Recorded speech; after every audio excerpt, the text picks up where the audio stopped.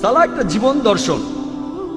সালাহ আপনার আত্মিক অবস্থানকে উন্নত করবে, পাশাপাশি শারীরিকভাবে উপকৃত হবেন। সালাহ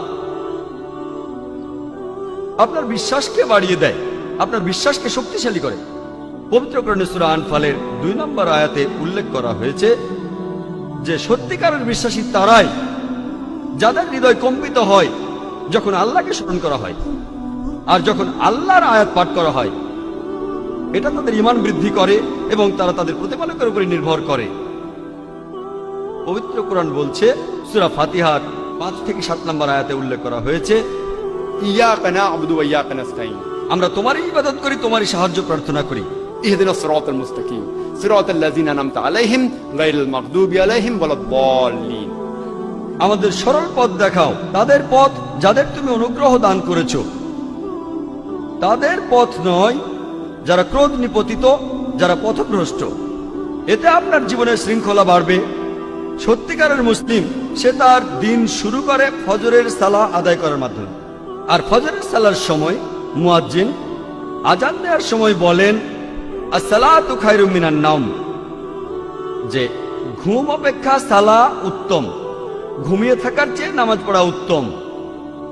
একজন সত্যিকারের মুসলিম দিনের মাঝখানে সালাহ আদায় করে, আর সে তার দিন শেষ করে এশার সালাহ দিয়ে ঘুমাতে যাওয়ার আগে। সালাহ এছাড়াও সামাজিক অবস্থান উন্নত করে। সালাহ আদায়ের সময় যে সমাবেশ, সেটা আমাদের ভ্রাতৃত্ববোধ বাড়ায়, মমত্ববোধ বাড়ায়, একতা বাড়ায়, আর এটা সাম্যবাদের এক অনন্য দৃষ্টান্ত। সংহতি বৃদ্ধি পায়। সালাহ আদায় করতে গিয়ে সবাই একত্রিত হয়, আর তাদের মধ্যে ভালোবাসার বন্ধন জোরদার হয়। পবিত্র কোরআনে সূরা হুজুরাতের 13 নম্বর আয়াতে উল্লেখ করা হয়েছে, ইয়া আইয়ুহান নাসু ইন্না খালাকনাকুম মিন যাকরিন ওয়া উনসা ওয়া জাআলনাকুম শুউবান ওয়া কাবাইলা লিতাআরাফু ইন্না আকরামাকুম ইনদাল্লাহি আতকাকুম ইন্নাল্লাহা আলিমুন খাবীর। হে মানুষ জাতি, আমি তোমাদের সৃষ্টি করেছি একজন পুরুষ ও একজন নারী হইতে, পরে তোমাদের বিভক্ত করেছি বিভিন্ন জাতি ও গোত্রে, যাতে তোমরা অপরের সাথে পরিচিত হতে পারো। এজন্য নয় যে তোমরা পরস্পরকে ঘৃণা করবে। আর তোমাদের মধ্যে আল্লাহর কাছে সেই ব্যক্তি অধিক মর্যাদা সম্পন্ন যে তোমাদের মধ্যে অধিক মুত্তাকি, অধিক ন্যায়পরায়ণ। নিশ্চয়ই আল্লাহ সকল কিছু জানেন, সমস্ত খবর রাখেন। আল্লাহ সুবহানাহু ওয়া তাআলা আমাদের যেটা দিয়ে বিচার করবেন, সেটা গোত্র নয়, বর্ণ নয়, ধর্মবিশ্বাস নয়, সম্পদ নয়, লিঙ্গ নয়, সেটা হলো তাকওয়া, অর্থাৎ ন্যায়পরায়ণতা, আল্লাহকে মেনে চলা এবং ধার্মিকতা। পবিত্র কোরআনে সূরা হুমাজার 1 নম্বর আয়াতে উল্লেখ করা হয়েছে, ওয়াইলুল লিকুল্লি হুমাজাতিল লুমাজা, দুর্ভোগ তাদের যারা সামনে ও পেছনে মানুষের নিন্দা করে থাকে। সালাহ আমাদেরকে বিরত রাখে মানুষের নিন্দা করা থেকে। পবিত্র কোরআনে সূরা হুজুরাতের 11 নম্বর ও 12 নম্বর আয়াতে উল্লেখ করা আছে, ইয়া আইয়ুহাল্লাযিনা আমানু, হে মুমিনগণ, তোমাদের মধ্যে কোনো পুরুষ যেন অপর কোনো পুরুষকে উপহাস না করে, কেননা যাকে উপহাস করা হয় সে উপহাসকারী অপেক্ষা উত্তম হতে পারে। কোন নারী অপর নারীকে যেন উপহাস না করে, কেননা যাকে উপহাস করা হয় সে উপহাসকারী অপেক্ষা উত্তম হতে পারে। একে অপরের প্রতি তোমরা দোষারোপ করো না, এবং তোমরা একে অপরকে মন্দ নামে ডেকো না। ইয়া আইয়ুহাল্লাযিনা আমানু, হে মুমিনগণ, তোমরা অনুমান হতে দূরে থাকো, কারণ অনুমান কোন কোন ক্ষেত্রে পাপ। একে অপরের গোপনীয় বিষয় সন্ধান করো না, এবং একে অপরের পশ্চাতে নিন্দা করো না, পেছন থেকে নিন্দা করো না। তোমাদের মধ্যে কি কেউ তার মৃত ভাইয়ের গোশত খেতে চাইবে? পবিত্র কোরআন বলছে, যদি পেছন থেকে নিন্দা করেন তাহলে আপনি যেন আপনার মৃত ভাইয়ের গোশত খাচ্ছেন। কারণ মৃত ভাইয়ের গোশত খাওয়া হলো দ্বিগুণ অপরাধ। খাদ্য হিসেবে মানুষের গোশত খাওয়া একটা অপরাধ। এমনকি ক্যানিবালরা যারা মানুষের গোশত খায়, তারাও কখনো তাদের মৃত ভাইয়ের গোশত খায় না। কোরআন বলছে, যদি পেছন থেকে নিন্দা করেন তাহলে দ্বিগুণ অপরাধ করছেন। অপরাধটা এমন যেন আপনি মৃত ভাইয়ের গোশত খাচ্ছেন। কোনো প্রমাণ ছাড়াই কারো ব্যাপারে নিন্দা করো না, এটা পাপ। আর কারো পেছন থেকে নিন্দা করা হলো দ্বিগুণ পাপ, দ্বিগুণ পাপ। আর আল্লাহ সুবহানাহু ওয়া তাআলা এখানে তিনি নিজেই উত্তর দিয়েছেন, তোমরা তাকে ঘৃণ্যই মনে করো। সালাহ এটা আমাদের ব্যবসা ক্ষেত্র এবং দৈনন্দিন কাজের মধ্যে সত্যবাদিতা এবং সততাকে বাড়ায়। আমি আগে বলেছিলাম পবিত্র কোরআনে সূরা আনকাবুতের 45 নম্বর আয়াতে উল্লেখ করা হয়েছে उतलू मा उहिया इलैका मिनल किताबी व आकिमिस सलाता इन्नस सलाता तन्हा अनिल फाहशाई वल मुनकर।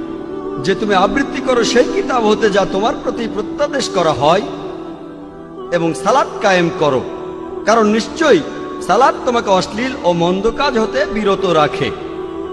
পবিত্র কোরআন বলছে সূরা ইসরার 81 নম্বর আয়াতে উল্লেখ করা হয়েছে वकुल जाल हक व जाकल बातिल इन्नल बातिल काना ज़हूका। বলো সত্য এবার উপস্থিত হয়েছে এবং মিথ্যা বিলুপ্ত হয়েছে, কারণ নিশ্চয়ই মিথ্যা তার প্রকৃতিগত কারণেই ধ্বংস হয়ে যাবে। সালাহ আমাদের সত্যবাদী হতে শেখায়। একই ধরনের কথা বলা হয়েছে সূরা বাকারায় 42 ও 43 নম্বর আয়াতে উল্লেখ করা হয়েছে যে তোমরা সত্যকে মিথ্যার সাথে মিশ্রিত করো না এবং জেনে শুনে সত্য গোপন করো না। কোরআন আমাদের সত্যবাদী হতে শেখায় যে সব সময় আমরা সত্যি বলবো। পবিত্র কোরআনে সূরা বাকারার 188 নম্বর আয়াতে উল্লেখ করা হয়েছে যে তোমরা একে অন্যের সম্পদ অন্যায়ভাবে গ্রাস করো না এবং মানুষের ধন সম্পত্তির কিয়দাংশ জেনে শুনে অন্যায়ভাবে গ্রাস করার উদ্দেশ্যে সেটা বিচারকের নিকট পেশ করো না। পবিত্র কোরআন বলছে ঘুষ দেয়া বা নেয়া নিষিদ্ধ, আপনারা ঘুষ দেবেন না।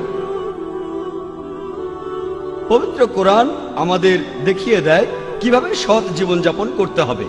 পবিত্র কোরআন মানুষের জীবনে শান্তি এনে দেয়। পবিত্র কোরআনে সূরা রদের 28 নম্বর আয়াতে উল্লেখ করা হয়েছে নিশ্চয়ই যখন আল্লাহকে স্মরণ করা হয় হৃদয় তখন শান্তি খুঁজে পায় এবং প্রশান্ত হয়। যখন আল্লাহকে স্মরণ করবেন, যখন সালাহ আদায় করবেন, আপনি তখন খুবই শান্তিতে থাকবেন, আপনার হৃদয় প্রশান্ত হবে। সালাহ হলো আল্লাহ তাআলার সাথে যোগাযোগের সবচেয়ে শ্রেষ্ঠ উপায়। পবিত্র কোরআনে সূরা বাকারার 153 নম্বর আয়াতে উল্লেখ করা হয়েছে या अय्युहल्लज़ीना आमनुस्ताईनु बिस्सब्रि वस्सलाह। হে মুমিনগণ, ধৈর্য ও সালাতের মাধ্যমে তোমরা আল্লাহর সাহায্য প্রার্থনা করো। इन्नल्लाहा मा साबिरीन। আর নিশ্চয়ই আল্লাহ সুবহানাহু ওয়া তাআলা ধৈর্যশীলদের সাথে আছেন। আল্লাহ বলছেন इन्नल्लाहा मा साबिरीन। আর নিশ্চয়ই আল্লাহ তাআলা ধৈর্যশীলদের সাথে আছেন।